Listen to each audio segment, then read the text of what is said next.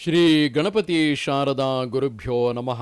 ಶ್ರೀರಾಮ ರಾಮ ರಾಮೇತಿ ರಮೇ ರಾಮೇ ಮನೋರಮೆ ಸಹಸ್ರನಾಮ ತತ್ತುಲ್ಯಂ ರಾಮನಾಮ ವರಾನನೆ. ಶ್ರೋತೃಗಳಿಗೆ ಶ್ರೀಮದ್ ವಾಲ್ಮೀಕಿ ರಾಮಾಯಣದ ಅಯೋಧ್ಯ ಕಾಂಡದಲ್ಲಿ ದಶರಥನ ವಿಲಾಪ ಎಂಬ 13ನೆಯ ಸರ್ಗಕ್ಕೆ ಸ್ವಾಗತ.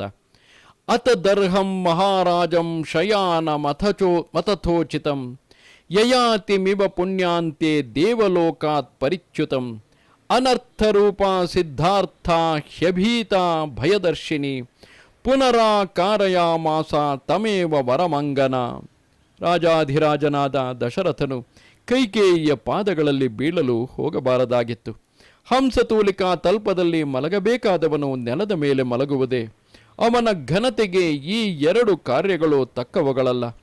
ಕೈಕೇಯಿಯ ಪಾದಗಳಿಗೆ ನಮಸ್ಕರಿಸಲು ಹೋಗಿ ಪಾದಗಳು ಸಿಕ್ಕದೆ ಪುಣ್ಯವು ಕ್ಷಯಿಸಿದೊಡನೆಯೇ ದೇವಲೋಕದಿಂದ ಚ್ಯುತನಾದ ಯಯಾತಿಯಂತೆ ಭೂಮಿಯ ಮೇಲೆ ಬಿದ್ದಿದ್ದ ದಶರಥ ರಾಜನನ್ನು ಇಕ್ಷ್ವಾಕು ಕುಲಕ್ಕೆ ಅನರ್ಥಕಾರಿಣಿಯು ತಾನು ಮಾಡುತ್ತಿರುವ ಕಾರ್ಯದ ಪರಿಣಾಮವೇನೆಂಬುದನ್ನು ತಿಳಿಯದೆ ಇರತಕ್ಕವಳು, ಜನಾಪವಾದಕ್ಕೆ ಹೆದರದವಳು, ದಶರಥನಿಗೆ ಭಯೋತ್ಪಾದಕಳು ಆದ ಕೈಕೇಯಿಯು ಹಿಂದೆ ಕೇಳಿದ ವರಗಳನ್ನೇ ಕೊಡಬೇಕೆಂದು ಒತ್ತಾಯಪಡಿಸುತ್ತಾ ಹೇಳಿದಳು.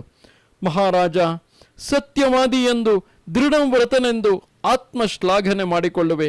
ನ್ಯಾಸರೂಪವಾಗಿ ಇಟ್ಟಿದ್ದ ನನ್ನ ವರಗಳನ್ನೇಕೆ ನನಗೆ ಕೊಡದೆ ನಿನ್ನಲ್ಲಿಯೇ ಉಳಿಸಿಕೊಳ್ಳಲು ಅಪೇಕ್ಷಿಸುತ್ತಿರುವೆ?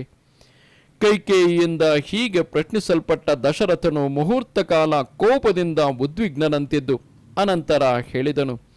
ಪಾಪಿಷ್ಠಳೆ, ಅನಾರ್ಯಳೆ, ಶತ್ರುರೂಪಳೆ, ಹಾಗೇಕೆ ಹೇಳುವೆ? ರಾಮನು ಅರಣ್ಯಕ್ಕೆ ಹೋದ ನಂತರ, ನಾನು ಪುತ್ರ ವಿರಹ ಶೋಕದಿಂದ ಮರಣ ಹೊಂದಿದ ನಂತರ ನಿನ್ನ ಇಷ್ಟಾರ್ಥ ಸಿದ್ಧಿಯನ್ನು ಪಡೆದು ಸುಖವಾಗಿರು ಆಯಿತೆ. ಅಯ್ಯೋ, ನನ್ನ ಮರಣಾನಂತರ ಪ್ರಾಪ್ತವಾಗುವ ಧಿಕ್ಕಾರವು ಸ್ವರ್ಗದಲ್ಲಿಯೂ ನನಗೆ ತಪ್ಪಿದ್ದಲ್ಲ. ಸ್ವರ್ಗದಲ್ಲಿ ದೇವತೆಗಳಿಂದ ಧಿಕ್ಕಾರ ಪೂರ್ವಕವಾಗಿ ಕೇಳಲ್ಪಡುವ ರಾಮನು ಕುಶಲಿಯಾಗಿರುವನೇ ಎಂಬ ಪ್ರಶ್ನೆಗೆ ನಾನು ಏನೆಂದು ಉತ್ತರವನ್ನೀಯಲಿ? ಹೆಂಗಸೊಬ್ಬಳ ಮಾತನ್ನು ಕೇಳಿ ಜ್ಯೇಷ್ಠನೋ ಸಕಲ ಗುಣ ಸಂಪನ್ನನೋ ಆದ ಮಗನನ್ನು ದಶರಥನು ಕಾಡಿಗೆ ಕಳುಹಿಸಿಬಿಟ್ಟನು ಎಂದು ನನ್ನ ಮುಂದೆಯೇ ಆಡಿಕೊಳ್ಳುವ ದೇವತೆಗಳ ಮಾತನ್ನು ನಾನು ಹೇಗೆ ಸಹಿಸಿಕೊಳ್ಳಲಿ? ಹೇಳು ಪಾಪಿಷ್ಠಳೆ. ಕೈಕೇಯಿಯು ನನ್ನಲ್ಲಿ ನ್ಯಾಸರೂಪವಾಗಿಟ್ಟಿದ್ದ 2 ವರಗಳನ್ನು ಅವಳ ಅಪೇಕ್ಷೆಯಂತೆ ನನಗೆ ಮನಸ್ಸಿಲ್ಲದಿದ್ದರೂ ಕಾರ್ಯರೂಪಕ್ಕೆ ತರಬೇಕಾಯಿತು. ರಾಮನು ಅರಣ್ಯಕ್ಕೆ ಹೋಗಬೇಕೆಂಬುದು ಅವಳು ಕೇಳಿದ ವರಗಳಲ್ಲಿ ಒಂದಾಗಿತ್ತು. ಈ ಕಾರಣದಿಂದ ವಿಧಿಯಿಲ್ಲದೆ ಸತ್ಯವಾಕ್ಯದ ಪರಿಪಾಲನೆಗಾಗಿ ರಾಮನನ್ನು ಅರಣ್ಯಕ್ಕೆ ಕಳುಹಿಸಬೇಕಾಯಿತು ಎಂದು ಸತ್ಯ ಸಂಗತಿಯನ್ನೇ ಹೇಳಿದರೂ ದೇವತೆಗಳಾಗಲಿ ಮಾನವರಾಗಲಿ ನಂಬುವುದೇ ಇಲ್ಲ. ಕೈಕೇಯಿಯ ಪ್ರಿಯಕಾಮೇಣ ರಾಮ ಪ್ರವ್ರಾಜಿತೋಮಯ.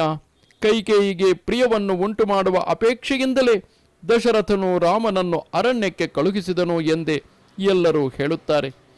ಕೈಕೇಯಿ, ನಿನಗೆ ತಿಳಿದಿರುವಂತೆಯೇ ನನಗೆ ಬಹಳ ಕಾಲ ಮಕ್ಕಳೇ ಆಗಿರಲಿಲ್ಲ. ಅಪುತ್ರವಂತನಾಗಿದ್ದ ನಾನು ಅತ್ಯಂತ ಶ್ರಮದಿಂದ ಶ್ರಮಸಾಧ್ಯವಾದ ಯಜ್ಞಗಳನ್ನು ಮಾಡಿ ಮಹಾ ತೇಜಸ್ವಿಯಾದ ಮಹಾತ್ಮನಾದ ಈ ರಾಮನನ್ನು ಪಡೆದೆನು. ಅಂತಹ ರಾಮನನ್ನು ನಾನು ಹೇಗೆ ಪರಿತ್ಯಜಿಸಲಿ? ಮಹಾಶೂರನಾದ ಸಕಲ ವಿದ್ಯಾ ಪಾರಂಗತನಾದ ಕೋಪವನ್ನು ಜಯಿಸಿರುವ ಕ್ಷಮಾವಂತನಾದ ಕಮಲದೆಲೆಯಂತೆ ವಿಶಾಲವಾದ ಕಣ್ಣುಗಳುಳ್ಳ ರಾಮನನ್ನು ಹೇಗೆ ಅರಣ್ಯಕ್ಕೆ ಕಳುಹಿಸಲಿ? ಕನ್ನೈದಿಲೆಯಂತೆ ಶ್ಯಾಮಲ ವರ್ಣನಾಗಿರುವ ದೀರ್ಘ ಬಾಹುವಾದ ಮಹಾಬಲನಾದ ಲೋಕಾಭಿರಾಮನಾದ ನನ್ನ ರಾಮನನ್ನು ಮಹಾಭಯಂಕರವಾದ ದಂಡಕಾರಣ್ಯಕ್ಕೆ ಹೇಗೆ ಕಳುಹಿಸಲಿ? ಸುಖಾನುಭವಗಳಿಗೆ ಯೋಗ್ಯನಾದ ದುಃಖಾನುಭವಕ್ಕೆ ಅನರ್ಹನಾದ ಧೀಮಂತನಾದ ರಾಮನನ್ನು ಹೇಗೆ ಕಾಡಿಗೆ ಕಳುಹಿಸಿ ಅವನು ದುಃಖ ಪಡುವುದನ್ನು ನಾನು ಹೇಗೆ ಕಣ್ಣಿನಿಂದ ನೋಡಲಿ? ದುಃಖವನ್ನು ಅನುಭವಿಸಲು ಅನರ್ಹನಾದ ರಾಮನಿಗೆ ದುಃಖವನ್ನು ಉಂಟು ಮಾಡದೆ, ಅಂದರೆ ಅವನನ್ನು ಕಾರಣ್ಯಕ್ಕೆ ಕಳುಹಿಸದೆ ಈ ಕ್ಷಣದಲ್ಲಿಯೇ ನನ್ನ ಮರಣವಾಗಿ ಬಿಟ್ಟರೆ ನಾನು ಲೋಕಾಂತರದಲ್ಲಾದರೂ ಸುಖವನ್ನು ಹೊಂದುವೆನು. ಕ್ರೂರಾತ್ಮಳೆ, ಪಾಪ ಸಂಕಲ್ಪಳೆ ಕೈಕೇಯಿ, ಸತ್ಯ ಪರಾಕ್ರಮನಾದ ಪ್ರಿಯನಾದ ರಾಮನನ್ನು ಅಪ್ರಿಯವಾದ ವನವಾಸಕ್ಕೇಕೆ ನಿಯೋಜಿಸುವೆ? ನಿನ್ನ ಮಾತಿನಂತೆ ನಾನು ರಾಮನನ್ನು ಅರಣ್ಯಕ್ಕೆ ಕಳುಹಿಸುವುದರಿಂದ ಲೋಕದಲ್ಲಿ ನನಗೆ ಅಳಿಸಲಾಗದಷ್ಟು ಅಪಕೀರ್ತಿಯೂ ನಿಂದನೆಯೂ ಉಂಟಾಗುತ್ತದೆ. ಪರಿಭ್ರಮಣಗೊಂಡ ಬುದ್ಧಿಯಿಂದ ಕೂಡಿದ್ದ ದಶರಥನು ಹೀಗೆ ವಿಲಪಿಸುತ್ತಿರುವಾಗ ಸೂರ್ಯನು ಅಸ್ತಂಗತನಾದನು. ರಾತ್ರಿಯಾಯಿತು. ಚಂದ್ರಮಂಡಲದಿಂದ ಸಮಾಲಂಕೃತವಾಗಿದ್ದ ಆ ರಾತ್ರಿಯು ಆರ್ತನಾಗಿದ್ದ, ರೋದನ ಮಾಡುತ್ತಿದ್ದ ರಾಜನಿಗೆ ಪ್ರಕಾಶಮಾನವಾಗಿ ಕಾಣಲಿಲ್ಲ.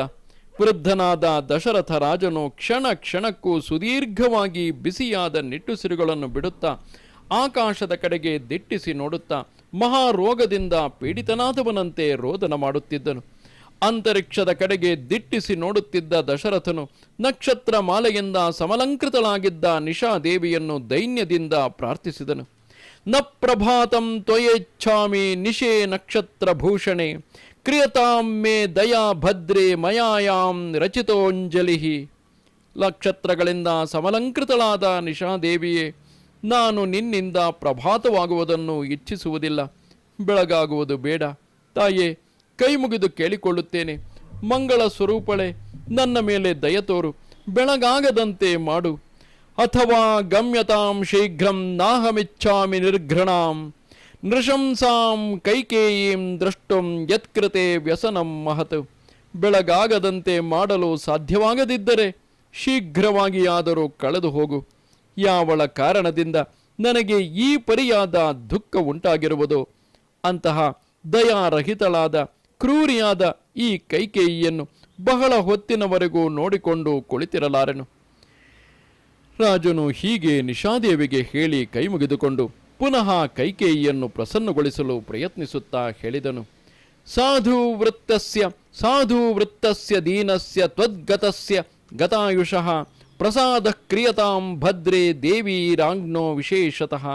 ಮಂಗಳ ಸ್ವರೂಪಳೆ ದೇವಿ, ಕಪಟ ಮೋಸಗಳೊಂದನ್ನು ತಿಳಿಯದ ಸಾಧು ವೃತ್ತಿಯುಳ್ಳ ದೀನ ಸ್ವಭಾವದ ನಿನ್ನ ಅಧೀನನಾಗಿರುವ ಆಯುಷ್ಯದ ಅಂತ್ಯ ಭಾಗವನ್ನು ಸಮೀಪಿಸಿರುವ ಮೇಲಾಗಿ ರಾಜನೂ ಆಗಿರುವ ನನ್ನ ವಿಷಯದಲ್ಲಿ ಪ್ರಸನ್ನಳಾಗು. ಶೂನ್ಯೇನ ಖಲು ಶುಶ್ರೋಣಿ ಮಯೇದಂ ಸಮುದಾಹೃತಂ ಕುರು ಸಾಧು ಪ್ರಸಾದಂ ಮೇ ಬಾಲೆ ಸಹೃದಯಾಹ್ಯಸಿ. ದುಃಖ ಪರಿತಪ್ತನಾದ ಕಾರಣದಿಂದ ಯಾವುದನ್ನು ಹೇಳಬೇಕು, ಯಾವುದನ್ನು ಹೇಳಬಾರದು ಎಂಬ ವಿವೇಕದಿಂದ ಶೂನ್ಯನಾಗಿ ನಾನು ನಿನ್ನ ವಿಷಯದಲ್ಲಿ ಹಲವಾರು ಕಠಿಣವಾದ ಮಾತುಗಳನ್ನು ಆಡಿದೆನು. ಅದಕ್ಕಾಗಿ ಕೋಪಿಸಿಕೊಳ್ಳಬೇಡ, ನೀನು ಸಹೃದಯಳಾಗಿರುವೆ. ನನ್ನ ಮನಸ್ಸಿನಂತೆಯೇ ನಿನ್ನ ಮನಸ್ಸೂ ಇದೆ. ಆದುದರಿಂದ ನನ್ನ ವಿಷಯದಲ್ಲಿ ಪ್ರಸನ್ನಳಾಗು. ಪ್ರಸೀದ ದೇವಿ ರಾಮೋ ಮೇ ತ್ವದ್ದತ್ತಂ ರಾಜಮವ್ಯಯಂ ಲಭತಾಮಸಿತಾಪಾಂಗೆ ಯಶಃ ಪರಮವಾಪ್ನುಹಿ. ಕಪ್ಪಾದ ಕಡೆಗಣ್ಣುಗಳುಳ್ಳವಳೆ, ಪ್ರಸನ್ನಳಾಗು. ನಾನಿತ್ತಿರುವ ವರದ ಕಾರಣದಿಂದಾಗಿ ರಾಜ್ಯವು ನಿನ್ನದಾಯಿತೆಂದೇ ಭಾವಿಸುವೆನು. ನಿನ್ನ ಅಧೀನವಾಗಿರುವ ಈ ರಾಜ್ಯವನ್ನು ನೀನೇ ರಾಮನಿಗೆ ಕೊಡು. ನಿನ್ನಿಂದ ಕೊಡಲ್ಪಡುವ ಶಾಶ್ವತವಾದ ಈ ರಾಜ್ಯವನ್ನು ರಾಮನು ಪಡೆದುಕೊಳ್ಳಲಿ. ಹೀಗೆ ಮಾಡಿದೆಯಾದರೆ ನೀನು ಅಪಾರವಾದ ಯಶಸ್ಸನ್ನು ಗಳಿಸುವೆ. ಮಮ ರಾಮಸ್ಯ ಲೋಕಸ್ಯ ಗುರೂಣಾಂ ಭರತಸ್ಯ ಚ ಪ್ರಿಯಮೇ ತದ್ಗುರು ಶ್ರೋಣಿ ಕುರುಚಾರು ಮುಖೇಕ್ಷಣೆ. ಸುಂದರವಾದ ಮುಖನೇತ್ರಗಳುಳ್ಳವಳೆ, ದಪ್ಪವಾದ ನಿತಂಬವುಳ್ಳವಳೆ, ನನಗೂ ರಾಮನಿಗೂ ಪ್ರಜೆಗಳಿಗೂ ಗುರುಜನರಿಗೂ ಮತ್ತು ಭರತನಿಗೂ ಪ್ರಿಯವಾಗುವ ಈ ಕಾರ್ಯವನ್ನು ಮಾಡು. ವಿಶುದ್ಧವಾದ ಮನೋಭಾವವುಳ್ಳವನಾಗಿದ್ದ, ಶುದ್ಧಾತ್ಮನಾದ, ದೀನನಾದ, ಅತ್ತು ಕೆಂಪಾದ ಕಣ್ಣುಗಳಿಂದ ಕೂಡಿದ್ದ ಪತಿಯಾದ ದಶರಥ ರಾಜನ ವಿಚಿತ್ರವಾದ ಕರುಣಾಜನಕವಾದ ವಿಲಾಪವನ್ನು ಕೇಳಿಯೂ ಕ್ರೂರ ಹೃದಯಗಳಾದ ದುಷ್ಟಾತ್ಮಳಾದ ಕೈಕೇಯಿಯು ರಾಜನು ಹೇಳಿದಂತೆ ಮಾಡಲಿಲ್ಲ. ತನಗೆ ಪ್ರತಿಕೂಲವಾಗಿಯೇ ಮಾತನಾಡುತ್ತಿದ್ದ, ಬೇರೆ ಯಾವುದರಿಂದಲೂ ತೃಪ್ತಳಾಗದ ಪ್ರಿಯೆಯಾದ ಕೈಕೇಯಿಯನ್ನು ಗಮನಿಸಿದ ದಶರಥನು ತಪ್ಪಿಸಲು ಸಾಧ್ಯವಾಗದ ಮಗನ ವನವಾಸವನ್ನೇ ಚಿಂತಿಸುತ್ತಾ ದುಃಖದ ಉದ್ವೇಗದಿಂದ ಪುನಃ ಮೂರ್ಛಿತನಾಗಿ ಭೂಮಿಯಲ್ಲಿ ಕುಸಿದು ಬಿದ್ದನು. ಹೀಗೆ ವ್ಯಥೆಗೊಂಡು ದುಃಖಿಸುತ್ತಾ ಭಯಂಕರವಾಗಿ ನಿಟ್ಟುಸಿರು ಬಿಡುತ್ತಿದ್ದ ಒಳ್ಳೆಯ ಮನಸ್ಸುಳ್ಳವನಾಗಿದ್ದ ರಾಜನಿಗೆ ಆ ರಾತ್ರಿಯು ಕಳೆಯಿತು.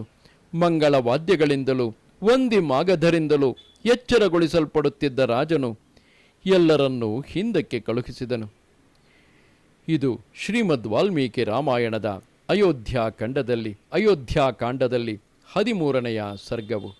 ನಮಸ್ತೆ ಶಾರದೆ ದೇವಿ ಕಾಶ್ಮೀರ ಪುರವಾಸಿನಿ ತ್ವಾಮಹಂ ಪ್ರಾರ್ಥಯೇ ನಿತ್ಯಂ ವಿದ್ಯಾದಾನಂಚ ದೇಹಿಮೆ. ನಮಸ್ಕಾರ.